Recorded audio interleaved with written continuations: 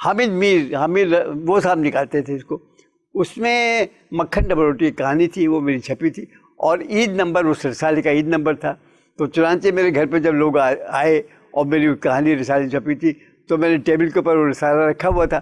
تو لوگ تو سویاں گھروں میں پیش کی جاتی ہیں، شیر خورما وغیرہ، لیکن میں کہتا تھا پہلے آپ مکھن ڈبل روٹی کھائیے، اچھا اس کے بعد شیر خورمے پہ آپ کو ملے گا. تو ٹھیک ہے، یہ تھا سلسلہ.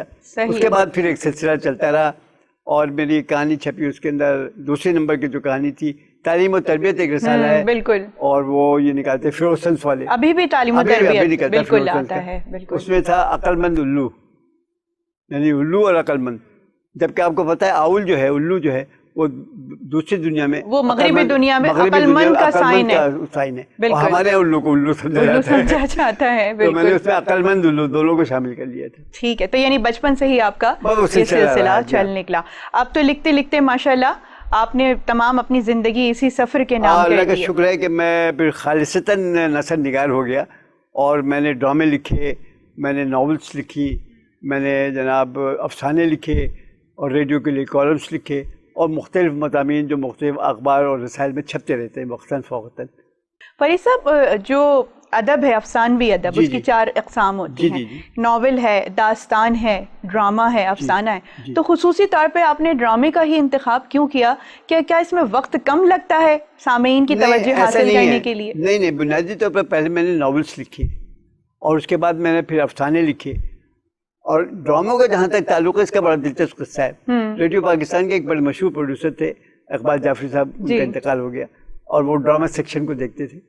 تو میں ریڈیو پاکستان جاتا تھا اور میں وہاں سینئر سٹیزنز کے پروگرام میں کالمس پڑھا کرتا تھا. ٹھیک ہے، مختلف موضوعات پر. تو انہوں نے ایک دن مجھ سے کہا کہ آپ اتنا اچھا لکھتے ہیں، آپ کے ناولز بھی میں نے پڑھے ہیں، آپ تو ڈرامہ لکھ سکتے ہیں بہت اچھا. میں نے کہا سر میں نے اس سے پہلے تو کبھی کوشش نہیں کی. تو ان کی فرمائش پہ میں نے پہلا ڈرامہ لکھا دوستی، اور وہ بہت کامیاب گیا. بس تو اس کے بعد پھر جناب میں نے ڈرامہ لکھنا شروع کر دیا. لیکن بنیادی طور پر پہلے میں ناول نگار رہا، افسانہ لکھتا رہا، بعد میں نے ڈرامے لکھے. اچھا، جو آپ نے ڈرامہ لکھا ریڈیو کے لیے تو وہ پھر نشر بھی ہوا اس کے بعد؟ تقریباً 15 ڈرامے میرے ریڈیو پاکستان سے نشر ہو چکے ہیں. اور ایک زمانہ تھا، آپ کو یاد ہوگا، بہت پہلے کی بات ہے، جب ٹی وی نہیں ہوا کرتا تھا تو لوگ ریڈیو کے گرد بیٹھ جاتے تھے اور وہ سب سے بڑی انٹرٹینمنٹ وہی ہوا کرتی. اس سے زیادہ اچھی انٹرٹینمنٹ کچھ تھی نہیں. اور خاص طور پر ریڈیو ڈرامے.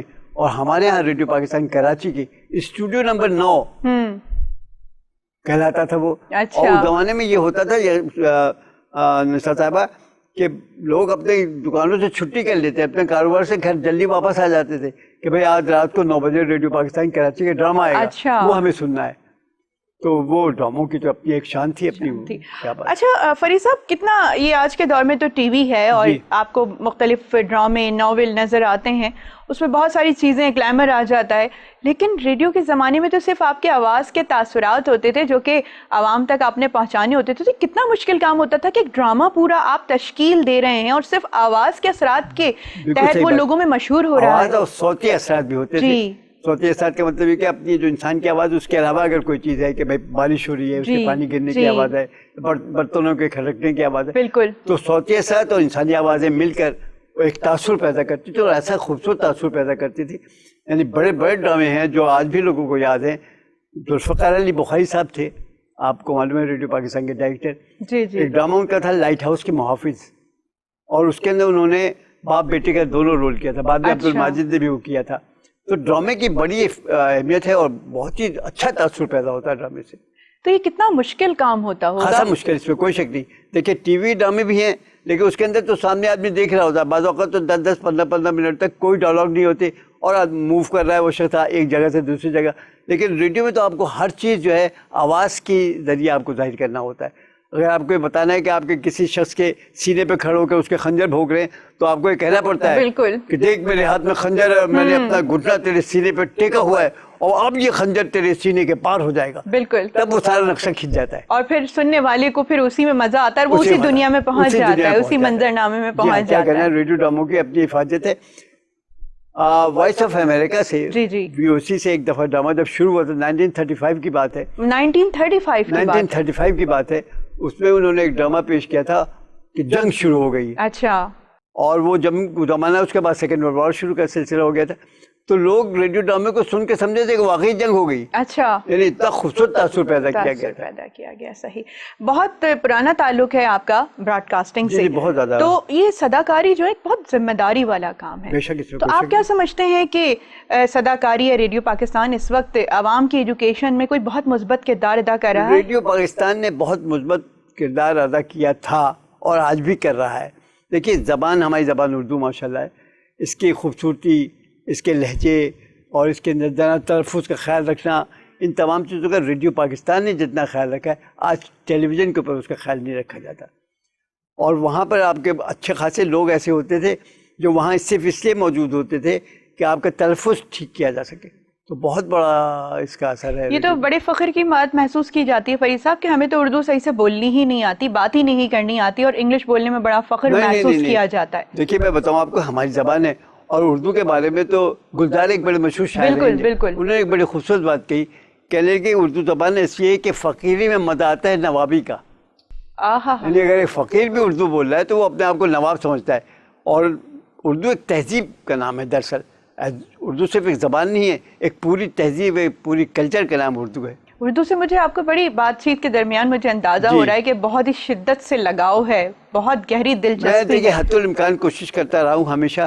میں ایف ایم کے اوپر بھی میں نے پروگرامس کیے ہیں. ایف ایم 2 ایف ایم تھے جس کے اوپر میں آر جے رہا ہوں, اور میں کوشش یہ کرتا رہا کہ جہاں تک ممکن ہو سکے کوئی بھی انگریزی کے لفظ کو استعمال نہ کرو. ہمیشہ متبادل لفظ آپ کو اردو میں ہر چیز کا مل جاتا ہے, اور آپ کے اندر اتنی قوت ہونی چاہیے کہ آپ اس انگریزی کا متبادل ڈھونڈ نکالیں. سوائے اس کے کہ بہت سی ایسی چیزیں جو مستعمل ہو گئے ہیں ہمارے یہاں انگریزی زبان میں. مثلا گلاس میں پانی ہے تو وہ تو اب گلاس کو تو پھر آپ کٹورا کہہ لیجئے. بالکل. لیکن وہ کٹورے میں وہ بات نہیں آتی, یا گلاس میں بات نہیں آتی جو کٹورے میں آتی تھی. ایک زمانے میں کٹورا جو ہوتا تھا, آپ کو پتا ہے, چاندی کا کٹورا, اور اس کے اندر جو پانی پیا جاتا تھا اس کا الگ مزہ ہوتا تھا. بالکل ٹھیک کہا.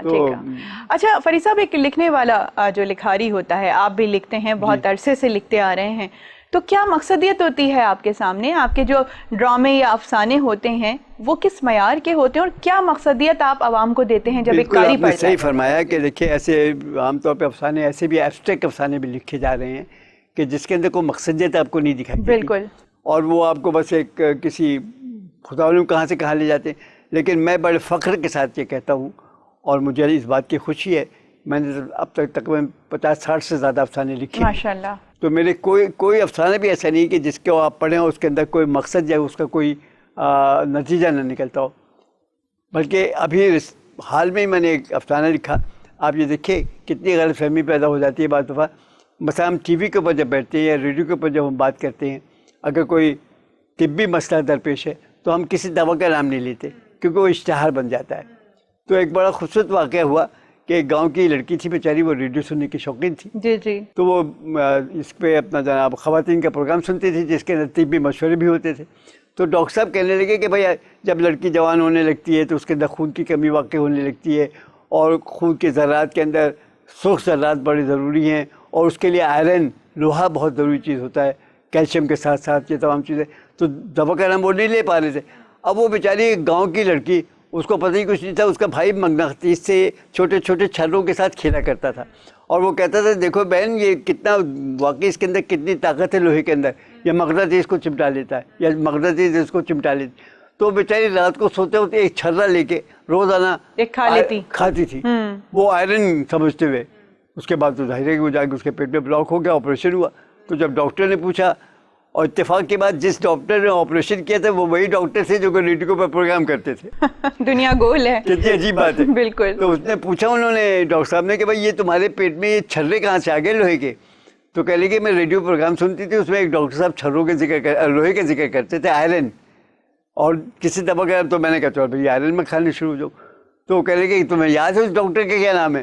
تو کہہ لے کہ نام تو یاد نہیں لیکن آپ کی آواز بہت ملتی جلتی ہے. اچھا, پہچان کی یہی ہے. تو بات یہی ہے کہ آپ بات کیا کر رہے ہیں, لکھ کیا رہے ہیں, اس کا مقصد کیا ہے. یقیناً ہونا چاہیے, بالکل ہونا چاہیے, بالکل مقصد ہونا چاہیے. جی بالکل. تو فرید صاحب دیکھیے 2 چیزیں ہوتی ہیں, ایک تو پڑھنے والے کو اس کا جو لطف آ رہا ہے پڑھنے کا وہ اپنی جگہ, وہ کسی نئی دنیا میں جا کے کھو گیا, لیکن پھر کوئی نتیجہ نکالا تو بڑی اچھی بات ہے. بالکل. فرید صاحب ہم گفتگو سلسلہ یہیں سے جاری رکھیں گے, بس ایک وقفے کا وقت ہے. تو ناظرین آپ نے کہیں بھی نہیں جانا ہے, ابھی ہم واپس آتے ہیں ایک چھوٹے سے وقفے کے بعد.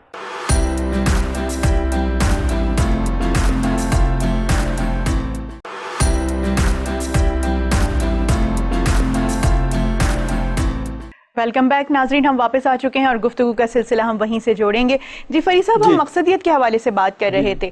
بہت سارے مصنفین ہیں جو کہ معاشرتی مسائل کے اوپر، نفسیاتی مسائل کے اوپر، معاشی مسائل کے اوپر نظر ثانی کرواتے ہیں، اور پڑھنے والے کو بالکل ایسا محسوس ہوتا ہے کہ ان میں سے تو یہ ہمارے چند ایک مسائل تھے جو پڑھنے کے بعد حل ہو گئے ہیں. تو آپ مجھے بتائیے کہ ایک کلاسیکل دور کے بہت سارے مصنفین گزرے ہیں، اور ابھی اگر 70s اور 80s کی ہم بات کریں تو سب سے زیادہ کس کی تحریر سے آپ متاثر رہے ہیں؟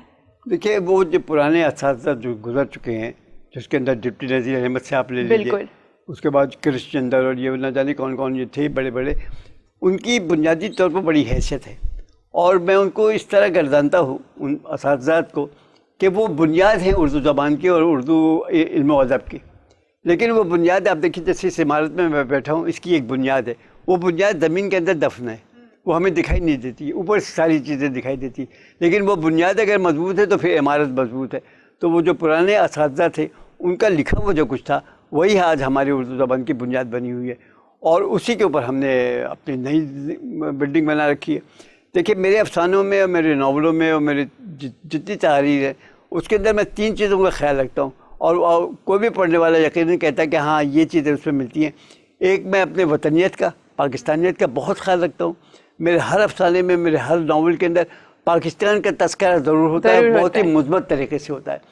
دوسرے، مجھے سائنس سے بڑی دلچسپی ہے. اچھا. فلکیات اور سائنس سے بہت دلچسپی ہے، تو میں اس میں یقیناً کوئی ایسے سائنٹیفک فارمولہ لاتا ہوں یا کوئی ایسی بات لاتا ہوں، کیونکہ پوری زندگی ہماری جو ہے وہ سائنس کے اوپر مبنی ہے. بالکل. یعنی انسانی کا جسم، آپ انسانی جسم کو دیکھ لیجئے، اللہ تعالیٰ نے اس کا جو نظام بنایا وہ ایک خاص، ہر شخص کا، مثلا میرا جہاں دل ہے وہی کسی دوسرے شخص کا ہے.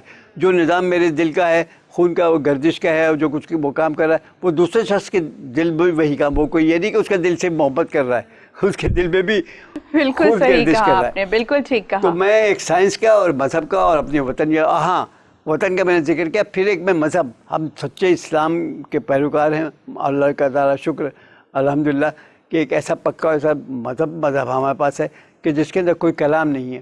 تو میں اپنے مذہب کو بھی زور لاتا ہوں، لیکن کوئی ایسا پرچار نہیں کرتا کہ میں وہاں کوئی مدرسہ کھول دیتا ہوں اس کے اندر، بلکہ چلتے چلتے اس کا تذکرہ ضرور لے آتا ہوں. ابھی آپ نے ڈپٹی نذیر احمد صاحب کی بات کی، کیا زبردست ان کی تحریر ہوا کرتی تھی. مرات العروس ان کا جو ناول ہے اور جو ڈرامے کی صورت میں تشکیل دیا گیا، توبۃ النصوح، بالکل. تو وہ کیا اس وقت لکھتے وقت ان کو یہ خیال ہوگا، اندیشہ ہوگا کہ یہ اردو ادب میں میرا پہلا کام ہوگا جو کہ بڑا کام کرے گا؟ اچھا، اس وقت کے ڈرامے اور آپ دیکھیں ناولز میں ایک زبردست قسم کی ایجوکیشن ہوا کرتی تھی. وہ ڈرامے آج تک ڈسکس کیے جاتے ہیں. اور نہ صرف یہ ہوتا تھا بلکہ ان کے ہاں جو دراصل خوبصورت اردو جو انہوں نے بنیاد جس کی ڈالی، بالکل وہ انہی لوگوں کی بنیاد ہے. انہی لوگوں کی بنیاد. اب ڈپٹی نذیر احمد کا آپ نے ذکر کیا، تو ماشاءاللہ اس کے بعد بھی اور بھی لوگ پیدا ہوئے.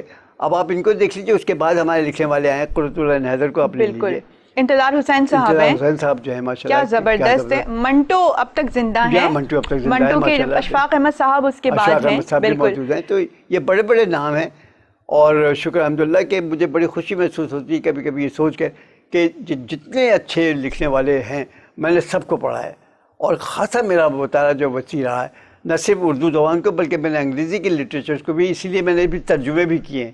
اچھا فرید صاحب، میں آپ سے سوال پوچھنے والی تھی کہ مترجم بھی ہے، جی تو کسی دوسری زبان کا ترجمہ آپ اپنی زبان میں کریں، یہ بڑا ایک مشکل کام، بہت، کیونکہ جو دوسری زبان ہے نا اس کا اپنے محاوروں کی ایک اپنی الگ پہچان ہے، الفاظ ڈیفرنٹ ڈائمنشنز میں یوز کیے جاتے ہیں، اور پھر وہ بات چیت کا جو انداز ہے، جو نشست و برخاست ہے الفاظوں کی، جملوں کی، مختلف ہوتی ہے. تو یہ کتنا مشکل آپ کو دقت پیش آئی؟ اس میں ایک بڑا دلچسپ آپ کو واقعہ بتاؤں. میں نے ایک کتاب، البرٹ کامو، بڑے مشہور فرینچ رائٹر ہے البرٹ کامو، کاموس کے CAMUS لیکن ایس سائلنٹ ہے، البرٹ کامو کہتے ہیں ان کو. ان کی کتاب ہے دی ہیپی ڈیتھ، اور نوبل انعام بھی ان کو مل چکا تھا. تو ان کی کتاب کا ترجمہ میں نے کیا ہے موت کی خوشی کے نام سے. پہلے ان کی وہ فرینچ رائٹر تھے، پہلے ان کی فرینچ رائٹنگ کی انگریزی بھی کسی نے ترجمہ کیا، پھر اس انگریزی سے میں نے اردو میں کیا. تو یہ دیکھیے، جب ترجمہ، جیسے کہ آپ نے خود ہی فرمایا کہ ہر زبان کا، ہر علاقے کا اپنے محاورات ہوتے ہیں، اپنے ایک سوچ، ایک انداز ہوتا ہے، اور اس کو دوسری جگہ منتقل کرنا خاصا مشکل ہو جاتا ہے. تو جو میں نے ترجمہ کیا، تو میں نے کسی حساب سے مذاق، ذرائع مذاق کہا میں نے کہا کہ پہلے تو اس کا انگریزی ترجمہ ہوا, اس پہ کوئی نہ کوئی ڈنڈی ماری ہوگی, کہیں نہ کہیں کچھ نہ کچھ کام چلایا ہوگا. ہارورڈ ایک صاحب انہوں نے کیا تھا. پھر ان کے وہ انگریزی ترجمے سے میں نے اردو میں کیا. تو آج اگر البرٹ کامو زندہ ہو جائے اور وہ میرا اردو ترجمہ پڑھے تو اب تو سر پیٹ لے گا کہ یار لکھا میں نے کیا تھا, انہوں نے کیا کر دیا. تو بڑا مشکل ہوتا ہے ترجمہ کرنا.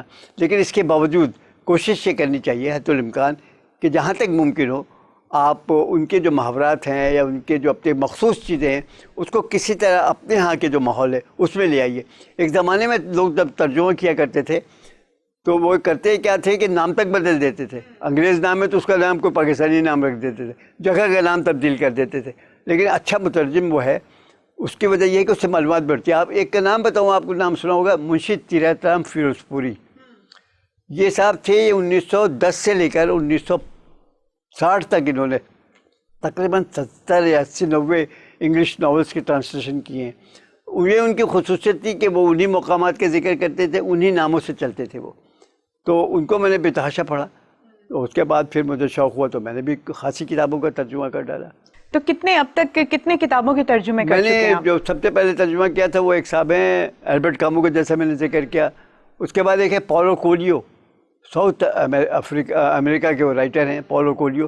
ان کی کتاب ہے الف, ALEPH. بالکل, بڑی مشہور, بہت مشہور کتاب ہے. اس کا میں نے ترجمہ کیا الف, اس کو ہم نے اردو میں الف کر دیا. اچھا, وہ ہے الف ہی ہے کہ ALPH الگ. ان کو میں نے ترجمہ البرٹ کامو کو کیا. ابھی ریسنٹلی میں نے ایک سیکنڈ ورلڈ وار کی کتاب ہے اور اس کتاب کا نام ہے دا بوائے دا اسٹرائپ پجاماز. اور یہ کنسنٹریشن کیمپ جو یہودیوں نے قائم کیا تھا سیکنڈ ورلڈ وار کی, اس کا میں نے ترجمہ کیا باڑھ کے اس پار. اچھا, باڑھ کے اس پار, باڑھ کے اس پار. بڑی انٹرسٹنگ کتاب ہے. کیا بات ہے. اور پھر سب سے زیادہ مجھے جو فخر حاصل ہے اور جو مجھے خوشی محسوس ہوتی ہے بتانے میں, وہ آپ نے نام سنا ہوگا, ان کا بڑے مشہور انگریزی رائٹر ہیں, دیکھیے بعد اور نام ذہن سے نکل جاتا ہے, جن کی کتاب ہے دی ہیپی پرنس. بہت مشہور کہانی ہے. وہ ہنری بھی ایک امریکن رائٹر ہے. یہ میں بات کر رہا ہوں ان کی,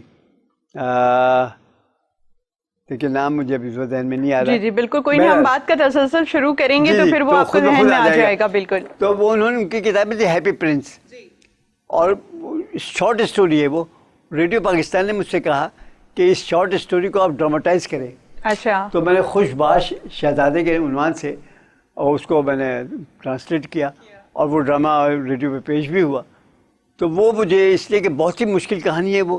اس کے اندر دراصل ایک مجسمہ ہے شہزادے کا جو باہر لگا دیا گیا ہے سڑک پر, شہزادہ مر چکا ہے, اور ایک ابابیل ہے گھومتی پھرتی آتی ہے اور اس کے پاس بیٹھ جاتی ہے, اور اس کے جو مجسمہ ہے وہ سونے کے پتھروں سے بھرا ہوا ہے. تو مجسمہ اوپر چاروں طرف دیکھتا ہے, اس کی نظر پڑتی ہے تو جو غریب لوگ ہیں وہ دکھائی دیتے ہیں کہ کسی گھر میں غربت ہے کیا ہے. تو وہ چڑیا سے کہتا ہے ابابیل سے کہ تم میرا کوئی نوچ کے تھوڑا سا ٹکڑا سونے کا اس کے وہاں تک پہنچا دو. اچھا. تو یہ سلسلہ تھا. تو وہ پورا جناب ایک وقت آتا ہے کہ اس کا سارا سونا جو ہے پتھرا اتر چکا ہوتا ہے اور وہ غریبوں تک پہنچ جاتا ہے. ہیپی پرنس بڑے مشہور کہانی, بڑی مشہور کیا بات ہے, کیا بات ہے. اچھا فریق صاحب, ایک انٹرویو میں نے آپ کا پڑھا تو اس میں یہ بھی مجھ پہ انکشاف ہوا کہ محمد علی صاحب جو کہ ایک لیجنڈ رہ چکے ہیں اداکار پاکستان فلم انڈسٹری کے, تو وہ آپ کے کلاس فیلو رہ چکے ہیں. جی یہ میں ذکر کروں, ملتان شہر کا ہے اور وہاں ایک بڑا مشہور اسکول ہے ملت ہائی اسکول. اس کے پرنسپل تھے مرزا مسرت بیگ. میں پرنسپل صاحب کا نام اس لیے لے رہا ہوں کہ بڑی عظیم شخصیت تھی اور ان کے اوپر ایک کتاب لکھی گئی ہے. آپ دیکھیے ان کی عظمت کا اندازہ لگائیے. جن صاحب نے کتاب لکھی ہے اس کا عنوان انہوں نے رکھا ہے ملتان کا سر سید. کیا بات ہے, ملتان کا سر سید. تو یہ اس اسکول کے اندر محمد علی بھی تھے اور میں بھی تھے, ہم لوگ کلاس والے ایک ساتھ تھے. اس کے بعد پھر میں وہاں سے تو کراچی آ گیا اور محمد علی ملتان سے حیدرآباد چلے گئے. وہاں ان کے بڑے بھائی ارشاد, بڑے مشہور ان کے, وہ بھی ٹی وی پہ کام کرتے رہے, ان کے پاس وہ چلے گئے تھے. اس کے بعد یہ محمد علی صاحب یہاں کراچی آئے اور بخاری صاحب سے ان کی بڑی وابستگی ہو گئی تھی ریڈیو پاکستان میں. ایک صاحب تھے فضل احمد کریم فضلی, بہت مشہور رائٹر ہیں. ان کی دو بڑی مشہور کتابیں ہیں, سحر ہونے تک اور خون جگر ہونے تک, دو بڑی مشہور کتابیں ہیں.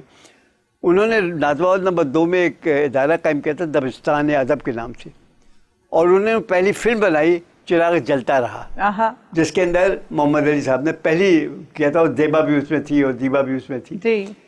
اتفاق کی بات, وہ جو فضل احمد کریم فضلی صاحب تھے وہ CSP آفیسر تھے بہت بڑے اور بہت بڑے رائٹر بھی تھے. وہ میرے والد صاحب کے کلاس فیلو تو شہر الہ آباد میں. تو ایک دفعہ والد صاحب گھومتے ہوئے وہاں ان تک پہنچ گئے 2 نمبر نازم آباد میں، میں نمبر 1 نازم آباد میں رہتا ہوں. تو شام جب میں واپس آیا اپنے وہاں سے، میں انشورنس کمپنی میں بھی ملازم رہا ہوں، جب میں وہاں سے واپس آیا تو مجھ سے ابا کہنے لگے بیٹا فرید تم فلم میں کام کرنا پسند کرو گے؟ میں بڑا حیران کہ ابا، میرے والد حافظ قرآن تھے. میں نے کہا حافظ قرآن اور اتنے آدمی اور مجھ سے کہہ رہے کہ تم فلم میں کام کرو گے؟ میں نے کہا ابا خیریت کیا ہوا؟ اور اس زمانے میں دراصل اسٹیج پلیس کر چکا تھا. میں نے اسٹیج کے اوپر کچھ 10-15 پلے کیے ہیں اور بڑے اعلیٰ قسم کے. ایک ڈرامہ اس میں تھا آدھی روٹی ایک لنگوٹی، اور یہ 1965 میں جب ہندوستان اور پاکستان کی جنگ ہوئی تھی اس کے بیک گراؤنڈ پہ وہ ڈرامہ ہم نے کیا تھا، علی احمد صاحب نے، اور ہم نے اس کو مختلف محاذ کے اوپر جا کے ملٹری کے سامنے اس کو پیش کیا تھا. تو وہ ابا جانتے تھے کہ ہمارا جو برخوردار یہ اس کا شوق ہے. تو وہ فلموں کی بات کی میں نے کیا. وہ ابا خیریت کہہ رہے کہ فضل احمد کریم فضلی صاحب وہ میرے کلاس فیلو رہ چکے ہیں اور انہوں نے ادارہ قائم کیا، وہ کوئی فلم بنا رہے ہیں، چراغ چلتا رہا. تو کہہ لیں کہ اس میں میں نے کہا اس میں تو محمد علی. تو میں پھر گیا، محمد علی سے میری ملاقات بھی ہوئی. لیکن ہوا یہ کہ جو ہمارے ڈائریکٹر تھے اسٹیج کے علی احمد صاحب، انہوں نے کہا بھیا بات سنو، تم کیوں اپنے آپ کو خراب کرنا چاہتے ہو اسٹیج کے اوپر؟ تو تم ٹھیک ہو، تم فلم والے آدمی نہیں ہو، تم وہاں مت جاؤ، نہ ادھر کے رہو گے نہ ادھر کے رہو گے، نہ بیچارے یار بھی نہ وہ. تو میں نے کہا اچھا چلو ٹھیک ہے. تو میں اسٹیج تک ہو کے رہ گیا تھا. اور بڑا دلچسپ وہ میرے دوست تھا محمد علی، کیا کہنا ہے، اللہ کو پیارے ہو چکے ہیں. بالکل بالکل. تو اسٹیج ڈرامہ بھی آپ نے کیا؟ اسٹیج ڈرامے میں نے بہت کیے. دیکھیے میں بتاؤں آپ کو، ان کے نام آپ جانتے ہو، خواجہ معین الدین، کیا مشہور ڈرامے تھے ان کے، لال قلعے سے لالو کھیت تک، مرزا غالب بندر روڈ پر. پھر جب ان کا دور ختم ہو گیا، ان کا انتقال ہو گیا بیچاروں کا، تو علی احمد صاحب ایک تھے، انہوں نے وہ جگہ سنبھال لی. اس زمانے میں آپ کے وہ بھی آیا کرتے تھے لاہور سے، کمال احمد رضوی، وہ بھی یہاں ڈرامے کرتے تھے، اور انگلش ڈرامے کرتے تھے. آپ کے ضیاء محی الدین صاحب جو ہے انگلش پلیس کیا کرتے تھے. کیا بات ہے ان کی، کیا بات ہے ان کی. اور اردو ڈرامے جو تھے وہ علی احمد صاحب کیا کرتے تھے. تو علی احمد صاحب کا جو ایک بڑا گروپ تھا اس میں میں بھی شامل تھا، اور تقریباً نے 15 اسٹیج پلیس کیے. کیا بات ہے. اور یہ نہ صرف یہاں کیے بلکہ پورے پاکستان میں جا کے کیے. ایک ڈرامے میں ہمارے ذوالفقار علی بھٹو صاحب بھی تشریف لائے تھے، وہ بھی انہوں نے ڈرامہ دیکھا تھا. صحیح ہے. اچھا اسٹیج ڈرامے بھی پہلے جو آپ بات بتا رہے ہیں، اور آپ نے بتایا باقاعدہ طور پہ 1965 کی جو وار کے حوالے سے آپ نے اسٹیج ڈرامہ کیا. اچھا وہ اس وقت اسٹیج ڈرامے میں بھی ایجوکیشن ہوتی تھی. بالکل. آپ کو تعلیم اور تربیت کے ایک دور سے گزارا جاتا تھا، اور جتنی عوام الناس بیٹھ کے وہ پروگرام یا ڈرامہ دیکھ رہی ہوتی تھی تو وہ بڑا سیکھ کے نکلتی تھی، ایک پازیٹیو پہلو ہوتا تھا. فرما رہی ہیں. ایک بہت ہی مشہور ڈرامہ ہے وہ ان کا ویٹنگ فار گوگو، اور بڑا کنٹروورشل ڈرامہ ہے، اس کا بھی ترجمہ علی احمد صاحب نے کیا تھا، صبح ہونے تک. تو یہ بڑے ایجوکیٹو ڈرامہ تھا. اس کے اندر یہ ہے کہ جو ماحول ہوتا ہے انسان، جو غربت میں جب انسان مبتلا ہو جاتا ہے تو کیسے کیسے جرائم کی طرف اس کی توجہ جاتی ہے. لیکن اگر اس کی تربیت اچھی ہے تو بھوکا رہ لے گا لیکن چوری نہیں کرے گا. اور اس کے اوپر پھر ایک بڑی مشہور، وہ آپ کو یاد ہوگا، ایک بڑا مشہور ناول ہے جس کے اندر انڈیا میں ایک فلم بھی بنی کندن کے نام سے، لا میزربیل. وکٹر ہیگو کا ناول ہے لا میزربیل. اور اس کا شروع یہ ہوتا ہے کہ ایک شخص ہے اور وہ ایک ڈبل روٹی چورا کے بھاگتا ہے اور پکڑا جاتا ہے. پھر وہی شخص جو ڈبل روٹی چوری کرتے ہوئے پکڑا گیا تھا اسی شہر پیرس کا میئر بن جاتا ہے. لا میزربیل ناول. تو اس میں یہی نصیحت آپ کو حاصل ہوتی ہے کہ آپ بے شک بھوکے رہیں لیکن چوری نہ کریں. بھوک آداب سکھا دیتی ہے. بالکل، بھوک آداب سکھا دیتی ہے. بالکل صحیح فرمایا. یہ جو ناولز کے ذریعے، ڈراموں کے ذریعے، یہ جو تعلیم و تربیت کا جو ایک سلسلہ ہے، شعور کو پروان چڑھانے کا سلسلہ ہے، یہ اس وقت مفقود ہوتا جا رہا ہے. کتابوں سے تو بالکل ہی دوری ہوتی جا رہی ہے. فرید کتابوں کا یہ عالم ہو گیا کہ میں تو کہتا ہوں کہ اب کتابیں جو ہے الماری سے جھانکتی ہیں، بیچاری بے چین ہوتی ہے کہ کاش کوئی مجھے نکال کے پڑھے. لوگوں کے گھروں میں الماری میں کتابیں باپ دادا کے زمانے کی ہیں موجود، لیکن کبھی ان کو اتنی توفیق نہیں ہوتی کہ اس کو نکال کے پڑھیں. میں آپ کی بات کو یہاں پہ کٹ کر رہی ہوں معذرت کے ساتھ کہ میں قاسم علی شاہ ایک بہت معروف جو ہے موٹیویشنل ٹرینر ہیں، تو ان کا ایک جملہ ہے، وہ کہتے ہیں بالکل کہ اگر کسی گھر میں آپ کا ٹی وی کا سائز آپ کے بک شیلفز کے سائز سے بڑا ہے تو اس کا مطلب ہے وہاں شعور کی کمی. کیا بات ہے، کیا بات ہے، کیا بات ہے. بس مجھے بات یاد آئی اس لیے میں نے نہیں، بہت اچھی بات کی. میں تو اکثر لوگوں کو مثال دیتا ہوں کہ میں بڑے بڑے بنگلوں میں جاتا ہوں، 10 لاکھ 15 لاکھ 50 لاکھ 60 لاکھ کی گاڑیاں باہر کھڑی ہوتی ہیں، ان کے گھر میں کوئی مجھے ایک چھوٹا سا بک شیلف نہیں دکھائی دیتا. ہمارے اچھا ایک چیز آپ نے محسوس کیا ہوگا، اگر آپ ٹی وی دیکھتی ہیں، باہر ممالک میں آپ دیکھیے زیادہ تر جن لوگوں کا انٹرویو ہوتا ہے وہ پیچھے بک شیلف ان کے ہوتی ہے، بالکل صحیح کہا، سجی ہوتی ہے، اس کے ساتھ بیٹھے بات کرتے ہیں. بالکل بالکل ہمارے یہاں مفقود ہے. فریض صاحب ہم گفتگو کا سلسلہ یہیں سے جاری رکھیں گے، ایک وقفے کا وقت ہے، تو ناظرین کہیں بھی نہیں جانا ہے آپ نے، ابھی ہم واپس آتے ہیں ایک چھوٹے سے وقفے کے بعد.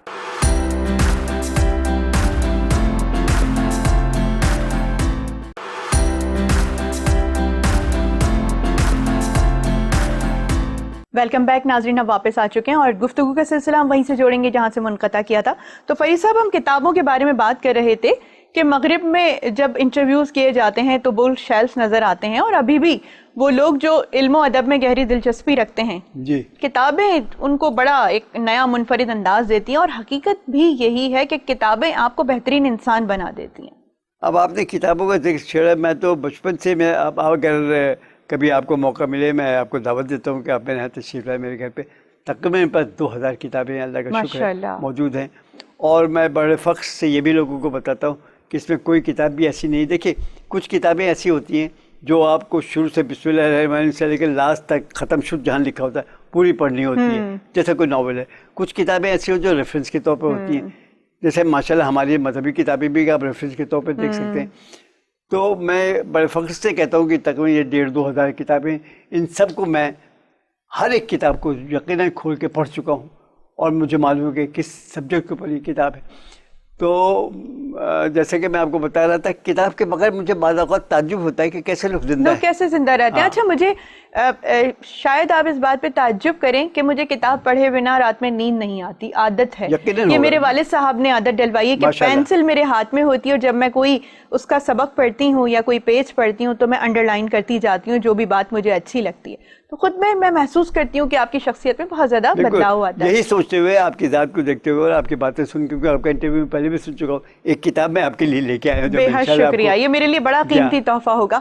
اچھا فریض صاحب، دنیا کی سیاحت بھی کی ہے آپ نے، جی اللہ کا شکر. اور وہ کہتے ہیں سفر وسیلہ ظفر، تو یہ کسی حد تک بات درست ہے. کیسا رہا آپ کا سیاحت کا سفر؟ اس سے انسان کا دماغ کھلتا ہے، بہت کچھ بڑے کینوس پہ سوچنے کا موقع ملتا ہے. آپ نے فرمایا، میں نے اپنے نام کے ساتھ، میرے نام کے ساتھ میں نے ویسے مذاق کہتا ہوں 7 ٹر لگے ہوئے ہیں. اچھا، ٹر وزیٹر، اس میں ایک وزیٹر بھی آتا تھا، doctor, writer, broadcaster, translator, visitor اور ایکٹر، سارے ٹر لگے ہوئے ہیں. اس ٹر کے اوپر ایک بڑا دلچسپ عام طور پر ٹر رہتا ہے، کون ہے؟ میڈک ٹر رہتا ہے. ایک میرا مضمون ہے اور اس کا عنوان ہے کنویں کا میڈک، اور بہت زبردست وہ مضمون ہے. وہ ایک رسالہ ہے ادب معلیٰ، اس میں وہ چھپ چکا ہے. کہ اگر آپ کہیں تو میں تھوڑا سا ذکر کروں. بالکل بالکل. تو وہ ایک میڈک ہے کنویں کا، تو وہ وہی پیدا ہوا ہے ظاہر ہے. تو وہ اپنے دادا سے، وہ بیٹا بڈھا دادا جو وہاں میڈک کو ٹرا رہا بیٹھا، اسے پوچھتا ہے کہ اوپر دادا جی اوپر جو روشنی ہو رہی ہے یہ کیا ہے؟ اس نے کہا بیٹے ہم تو یہی پیدا ہوئے ہیں، مجھے تو آج تک معلوم نہیں کیا ہے. البتہ اگر تمہیں ایسا شوق ہے تو صبح روزانہ ایک ڈھول آتا ہے پانی نکالنے کے لیے، تم اس پہ کود جانا، باہر جا کے دیکھنا کیا ہو رہا ہے دنیا کا.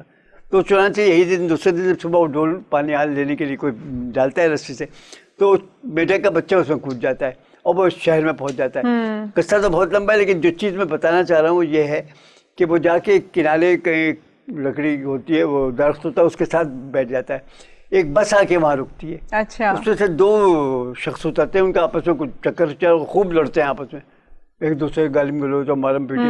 اس کے بعد پھر ٹھنڈے پڑ جاتے ہیں، ہو جاتے ہیں. اس کے بعد 2 کتے آتے ہیں، وہ آپس میں جناب پہلے 2 ملا کے ایک دوسرے کو دیکھتے ہیں، پھر وہ لڑنا شروع کرتے ہیں، بھونکنا شروع کر دیتے ہیں. تو یہ جو میرا میڈک تھا وہ بیچارہ سوچ رہا تھا کہ انسان لڑ رہے تھے، پھر کتے لڑ رہے تھے، کیا انسان نے کتے سے لڑنا سیکھا یا کتے نے انسان سے لڑنا سیکھا؟ تو کسی نے مجھ سے پوچھا کہ پھر تم نے کیا نتیجہ نکالا؟ میں نے کہا میں نے اس میں یہ لکھا اپنی کہانی میں کہ یہ تو نہیں معلوم کہ کس نے کس سے سیکھا، لیکن جب انسان لڑتا ہے تو وہ کتا بن جاتا ہے. کیا بات ہے، کیا بات ہے. تو یہ کیا زبردست، مطلب یہ اس سوچ کے لیے بھی نا آپ کا مشاہدہ بہت گہرا ہونا ضروری ہے. تو وہ پھر وہ کہانی زبردست، وہ میرا کس سے ملتا ہے اور کیا کیا ہوتا ہے، بڑی لمبی کہانی ہے، آپ کو میں دوں گا، پڑھیے گا اسے. بالکل. اچھا آپ نے اب تک کتنے ڈرامے تقریباً تحریر کیے ہیں؟ آپ ذکر کر رہی، اس سے پہلے میرے سیاحت کے ذکر کر رہی ہیں. جی جی بالکل، اگر آپ کہیں تو اس کے بارے میں بالکل بالکل بالکل. شکر الحمدللہ. دیکھیے میں بتاؤں کہ مختار مسعود صاحب، آپ کو نام سنا ہوگا، ان کی 2 بڑی مشہور کتابیں ہیں، آواز دوست اور ایک کتاب ہے سفر نصیب. تو آواز دوست بڑی اعلیٰ کتاب ہے، اگر آپ نے نہیں پڑھی تو ضرور پڑھیے گا. مختار مسعود صاحب کی. ان کی دوسری کتاب ہے سفر نصیب. جب میں نے وہ کتاب پڑھی تو انہوں نے یہ لکھا شروع میں کہ انسان کا سفر جو وہ اس کی نصیب کی بات ہوتی ہے, اور دنیا دیکھنے سے باہر نکلنے سے انسان کی سوچ میں کتنی وسعت پیدا ہوتی ہے. بس تو میرے اندر ایک جذبہ پیدا ہو گیا, یار میں کیوں نہ دنیا کو دیکھوں. اچھا حالات دیکھیں, اس کے لیے فی زمانہ یہ ہے کہ آپ کے پاس کچھ پیسے بھی وسائل ہونے چاہیے. گو میرے پاس تھے لیکن اتنے بھی نہیں تھے, لیکن اس میں میری مدد کی. میرا ایک بھانجا ہے جو کہ وہاں جرمنی میں رہتا ہے, اور ایک اور بھانجے ہیں جو امریکہ میں تھے. وہ ان کو پتا تھا کہ ہمارے ماموں صاحب جو ان کو دنیا دیکھنے کا بڑا شوق ہے, اور ان کے وسائل ہے نہیں, بیچارے نکل نہیں پائیں گے.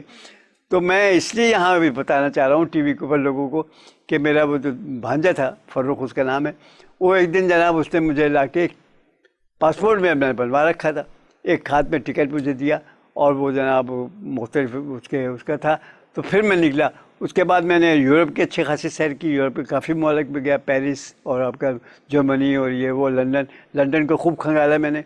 اس کے بعد میں کینیڈا کے تمام شہروں میں گیا ہوں, امریکہ کے بہت بڑے بڑے شہروں میں گیا ہوں, انڈونیشیا ایک کانفرنس میں گیا. میں ایک زمانے میں کاپی رائٹ بورڈ کا ممبر بھی تھا گورنمنٹ آف پاکستان. تو اس کی کانفرنسز ہوتی تھی. جنیوا کی ایک کانفرنس تھی جو انہوں نے انڈونیشیا میں بینڈونگ کانفرنس انڈونیشیا میں ہوئی تھی, آپ کو یاد ہوگا, بڑی مشہور جگہ. صحیح, بالکل بالکل. تو میں وہاں بینڈونگ گیا تھا, تو انڈونیشیا بھی گیا.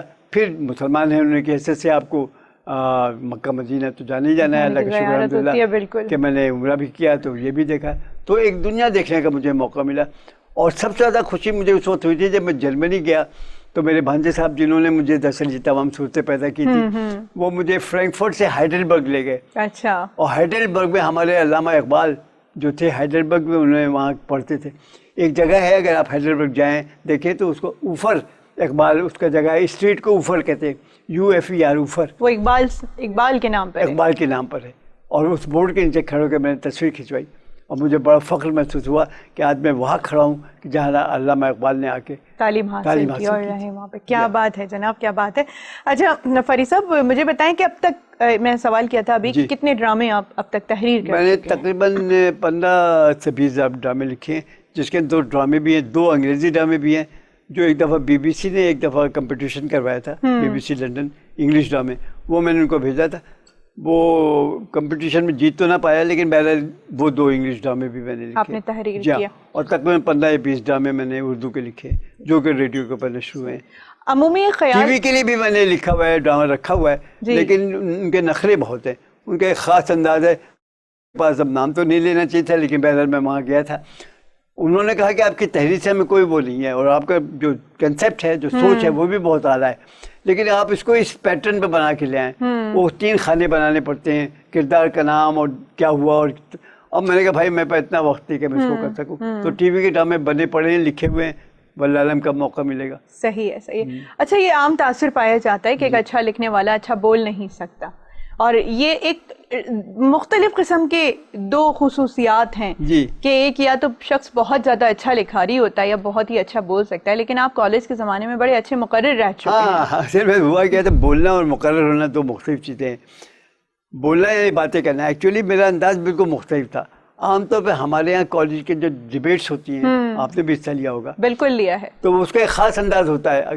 کسی کو آپ دیکھیں 2 ہاتھ استعمال کرتا ہے, ایک دفعہ ادھر جائے گا, دیکھیں جناب یہ ہے, پھر دوسرا ویو کرے گا, پھر مکہ مارے گا ڈائس کے اوپر, اور کوئی بڑا جوشیلا قسم. لیکن یہ کوئی ضروری نہیں کہ ایسے ہی ہو.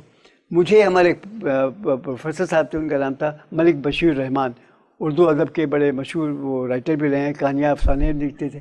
انہوں نے مجھ سے کہا کہ ماشاءاللہ آپ اہل زبان ہیں, آپ کی زبان اردو ہے اور آپ اچھی بول لیتے ہیں اردو, لیکن آپ یہ جو ایک خاص انداز ہے, جوشیلا انداز اختیار نہ کریں, بلکہ گفتگو کریں. اور جو بات ہے جو آپ کا آپ بتانا چاہ رہے ہوں, ایسا لگے جیسے آپ کسی سے بات کر رہے ہیں.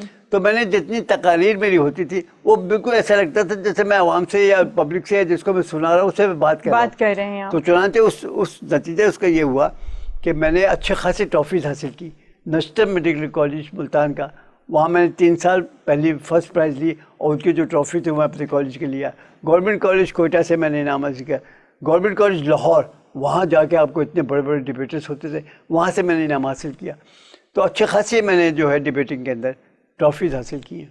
کتنی کتابیں آپ کی جو منظر عام پہ آ چکی ہیں؟ اب تک میری 7 کتابیں ہیں, جس کے اندر ایک ڈرامے کی کتاب ہے جو مجموعہ ہے میرا, اس کے بعد 3 ترجمے ہیں, اور اس کے بعد کچھ میری اپنی تبادلات ناولیں ہیں، ماہ کامل، انجانے راستے. میں نے جیسا آپ کو بتایا تھا کہ مجھے سائنس سے بہت دلچسپی ہے. جی تو میرا جو پہلا ناول میں نے لکھا تھا اس کا نام تھا ماہ کامل، یعنی مکمل چاند. مکمل، بالکل. اور اس ناول کے اندر میں نے یہ کیا کہ جتنے کردار ہیں وہ سب کے سب ان کا نام چاند سے متعلق ہے. اچھا. ماہ اس کے اندر جناب بدر ہیں، ہلال ہیں، ماہ وہ ماجبی ہیں، مانور ہیں، چاندنی ہے. اور اس کا جو میرا ہیرو ہے ہلال، وہ یہاں این ای ڈی کالج کا اسٹوڈنٹ تھا اور اس کو فلکیات سے بڑی دلچسپی تھی. یہ اس وقت کی بات ہے جب انسان ابھی چاند پہ نہیں پہنچا تھا، تو ناسا قائم ہونا تھا یہاں پہ ہیوسٹن کے اندر. تو ناسا والے دنیا میں نکلے تھے ڈھونڈنے کے لیے ایسے نوجوانوں کو کہ جن کو فلکیات سے دلچسپی ہو، ان کو ریسرچ کرنا چاہتے ان کو ریسرچ کرنے کے لیے، خلانورد بنانے کے لیے ان کو لے جایا جائے. تو چنانچہ وہ ہلال کو لے گئے تھے. اور چونکہ یہ ایک پاکستانی تھا اور 1960 کی دہائی میں جان ایف کینیڈی نے دنیا سے یہ وعدہ کیا تھا، بلکہ چونکہ اس زمانے میں رشیا جو تھا وہ اسپوٹنک، جو پہلا سیارہ کوئی آسمان پہ گیا اس کا نام تھا اسپوٹنک. یہ ہے 1957 کی بات، 1957 کی بات. تو وہ اسپوٹنک رشیا چھوڑ چکا تھا. اب امریکہ بھلا کیسے برداشت کرتا؟ تو انہوں نے دعویٰ کیا ہمارے اس نے جان ایف کینیڈی نے کہ 60 کی دہائی میں، یعنی 60s کی جو وہ ہے دہائی، اس کے اندر ہم ایک انسان کو چاند پہ پہنچائیں گے. تو چنانچہ آپ دیکھیے 1969 میں نیل آرمسٹرانگ جو تھا، بالکل پہلا انسان تھا جس نے قدم رکھا چاند. 21 جولائی کو گیا تھا، ابھی 2-3-4 ہفتے پہلے کی بات ہے. تو میں نے اپنے ناول میں یہ ظاہر کیا ہے کہ میرا جو وہ ہے ہیرو ہلال، دراصل وہ اس سے نیل آرمسٹرانگ سے پہلے چاند پہ پہنچا تھا. وہ یہ تھا کہ ہیوسٹن میں تھا، یہ ضرورت سے زیادہ قابل تھا اور بہت آگے کی سوچتا تھا. تو وہاں کے جو ڈائریکٹرز تھے انہوں نے محسوس کیا کہ یار یہ وہ شخص ہے کہ جس سے بھیجا جا سکتا ہے. تو چنانچہ وہ جو اپولو 11 تھا جس کے اندر نیل آرمسٹرانگ گیا تھا، وہ خفیہ طور پر میرے ہیرو ہلال کو ایک امریکن لڑکی تھی، مونا اس کا نام تھا، دیکھیں وہ بھی مون پہ نام تھا، مونا لی. تو مونا کے ساتھ اس کو بھیجا گیا تھا اور یہ چاند کی سرزمین پر مونا کے ساتھ پہنچا تھا. کیا بات ہے. اور پھر وہ مونا بعد میں اس کی باتوں سے، اس کے انداز سے، اس کی گفتگو سے، اس کے رہن سہن سے، اس کے کھانے پینے کے، اس سے اسلام قبول کر لیا تھا اس نے. اور وہ سمجھے تھے کہ اب یہ ہیرو مجھ سے شادی کرے گا، لیکن وہ ایک ماجا بھی تھی، پہلی پاکستان میں اسے وعدہ کر چکا تھا. تو مونا کو پھر اس نے اپنے ہاں شادی. آپ نے تو اپنا جو یہ مجھے ناول آپ سنا رہے پڑھیے گا، آپ کو یہ مجھے ایسا لگ رہا ہے کہ میں وہیں پہ پہنچ گئی ہوں اور یہ مجھے کوئی حقیقی کہانی کا منظر ایسا لگ رہا ہے. اصل اللہ کی مہربانی ہے، کرم ہے کہ میرا جو انداز ہے لکھنے کا وہ واقعی ایسا ہوتا ہے. ایک صاحب تو کہنے لگے کہ بھائی آپ نے ایک کہانی لکھی، اس میں میں پی آئی بی کالونیز کی گلیوں کا ذکر کیا. تو کہنے لگے یار میں آج تک پی آئی بی کالونی گیا کبھی نہیں، لیکن اس کے پڑھنے کے بعد مجھے ایسا لگ رہا تھا جیسے میں انہیں گلیوں میں گھوم رہا ہوں. بالکل بالکل، ایک لکھنے والے کا یہی وصف ہوتا ہے. فرید صاحب، ہمارے پروگرام کا وقت اب ختم ہو گیا ہے. آپ سے گفتگو کا جو سلسلہ رہا وہ اتنا دلچسپ اور اتنا زبردست رہا کہ میرا ابھی پروگرام ختم کرنے کا دل نہیں چاہ رہا، لیکن آپ کی آمد کا بے حد شکریہ کہ آج آپ سے بے حد. لیکن سچی بات تو یہ ہے کہ حقیقت ہے کہ میرے بھی ابھی طبیعت بھری نہیں، میں تو ابھی شروع ہوا تھا.